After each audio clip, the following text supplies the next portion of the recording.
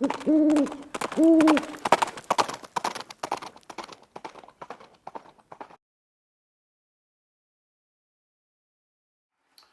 guys, it's Viejo here, and we are in the fourth week of April in 2025. Got a kind of a dreary start to the day here on the central coast of California. It's foggy and cool outside, but it'll probably warm up a little bit later. Hey, this is part 2 of episode 16 of Woodcutter Wednesday. If you saw last week's episode, we cast up this MP 44-395 hollow base woodcutter bullet. There's two versions, right? The hollow base and a plain base. Here's what the bullets look like as powder coated right here. The plain base ones were, what did I write down here? Yeah, 236 grains, and the hollow base were 218 grains. And so what we'll do this time is we'll go ahead and get them loaded up and shoot them for you and get a little bit of film there for you. I loaded these on my Redding T7 press, which is not at station right now. It's over on the press tree over there anyway. And I used kind of my standard 44 special die setup, my RCBS cowboy dies for 44, and the Hornady cowboy seating die. That setup works really well for me for 44 special rounds, which is how we loaded these bullets. We're gonna load them in 44 special cases, and I loaded some of each. Okay, we're using unique powder, 5 grains, and that we'll got a little bit of footage there of the loading process. If you're watching on YouTube, I can't show you the loading. You got to go over to the Rumble channel, okay, rumble.com, type in my channel name, just like this, okay? And you can see the loading sequences there. If you are on Rumble, we'll jump right into that. And if you're on YouTube, we'll jump kind of to the end and show you what the loaded rounds look like after we've got them all done. And then we'll kick in some shooting. Okay, guys, there's our bullets. These are the solid base ones that we're going to do first. And then here's our brass. This is all Starline brass. It's been trimmed, chamfered, and deburred, so it's all the same length. Unique powder, and those are Winchester large pistol primers that we're using. So this stuff is all ready to go. We need to get it expanded, charged, bullet seated, and crimped. We're going to do all of that over here on the Redding T7 press. We're using our RCBS cowboy dies with the exception of the Hornady cowboy cedar die, and we're going to be using that RCBS cedar die to do the roll crimp just over the top. Powder's getting dispensed by the Frankfurt Arsenal IntelliDropper, 5 grains unique. I've already run the powder calibration. I've got a 5 grain check weight in the pan, and it checks. There are the 2 seat stems that come with that Hornady die. We're using the one on the left there. Okay, the flat, me-plat one. One on the right will work with a lot of our semi-wide cutters. That outer rim will seat right down on the shoulder. It'll also work with some of our round flats.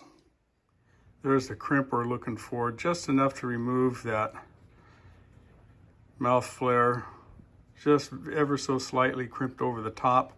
We've got all of that bullet down in there hanging onto the sides of the case as far as neck tension goes, so we should be pretty good to go there. Okay, there's the first batch of the solid bases, and in a bit we'll turn these over and put a identifying permanent marker pen across the base so we know which is which, because we're going to load the hollow bases exactly the same. You won't be able to tell the difference from looking at the top. And I know what you're thinking, Viejo, you seated all those bullets upside down. I can see the sprue scars on there. No, this is a hollow base mold, you guys, and in the bottom of the mold there's a pin that sticks up that forms the hollow bases, and that means that we're going to cut the sprue off the top of the bullet rather than off the base like we normally do. All right, there we go. We got the MP 44-395 hollow base wad cutters with solid bases done over here with the green stripe, and these guys over here are the hollow bases. 5 grains unique over Federal large pistol primers. Ready for the range. All right, there's the loading process. As you saw, when you get those guys loaded as a Type 1 wad cutter, it looks like you've loaded them upside down because you can see the sprue cut scar on the top of the bullet there, but that's because of the nature of the mold. These guys, when we've got our pins in them there, okay, so here's our pins, and they are at the base of the bullet, all right?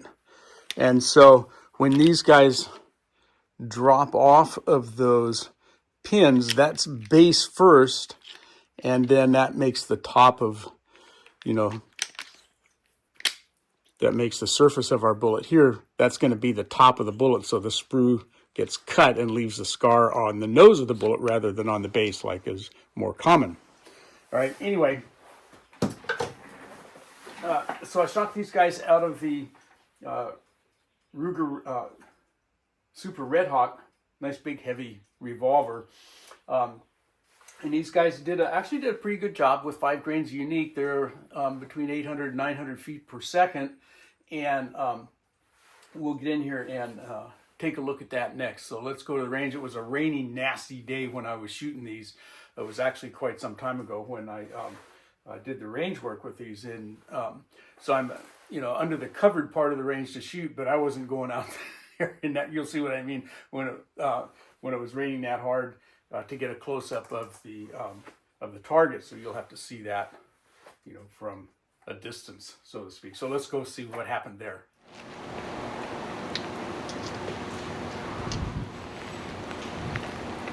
Yeah, everything's getting wet.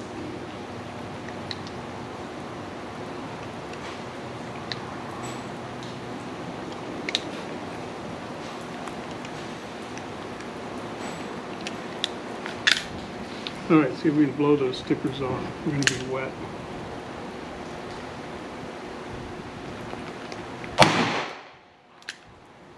A little harder.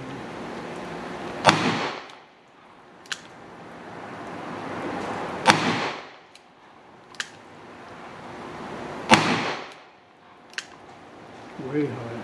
Come on.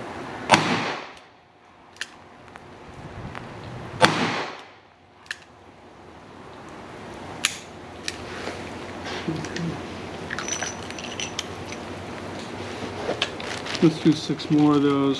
See if I can make them a little better.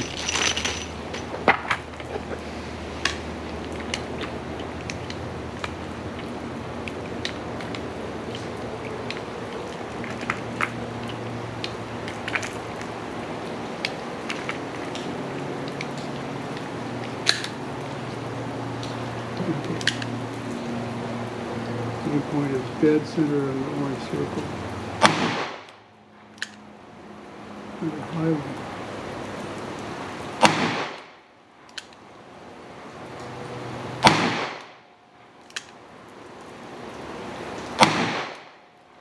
Boy, oh boy, look at this one.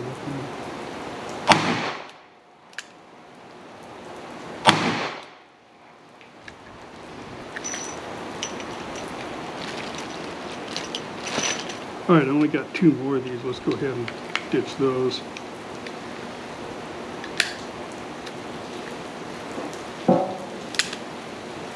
Same aim point, dead center in the orange.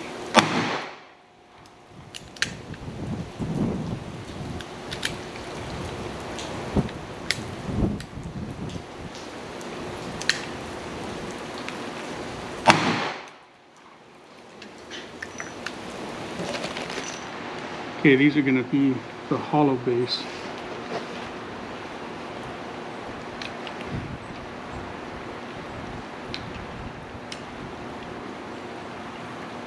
Hands are getting so wet I can't hang on to this stuff.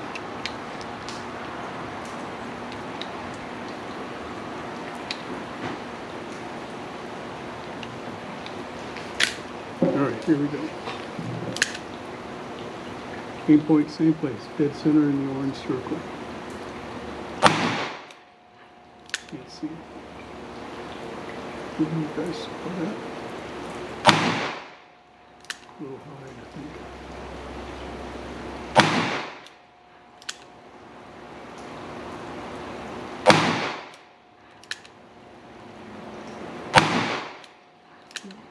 Going high.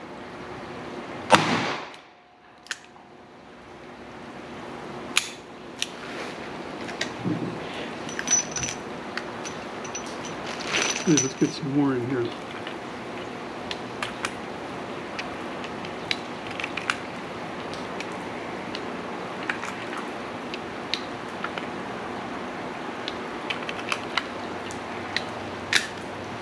Okay, same target, same aim point.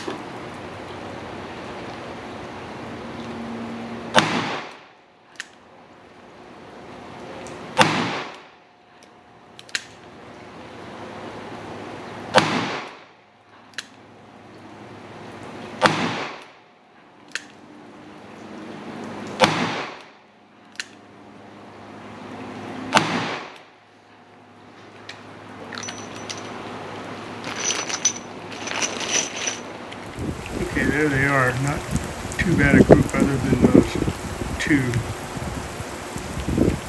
You know, one in the bullseye, but that was a flinch. Here comes the rain, and it's coming down good. Look at this. Okay, there you go. They did a pretty good job all around, actually. I think the hollow base probably were a little bit better, but it's kind of hard to tell. They actually both shot pretty much the same. Our plain base ones and the hollow base, you know, went a little bit different velocities, as you saw. Okay, but the load seemed to be appropriate for either one of those. Okay, that's going to do it for this one. I hope you enjoyed that and got something out of it. We've got another one coming up for you next week, so be sure to tune in for that. But from the Viejo bench for now, that's all she wrote.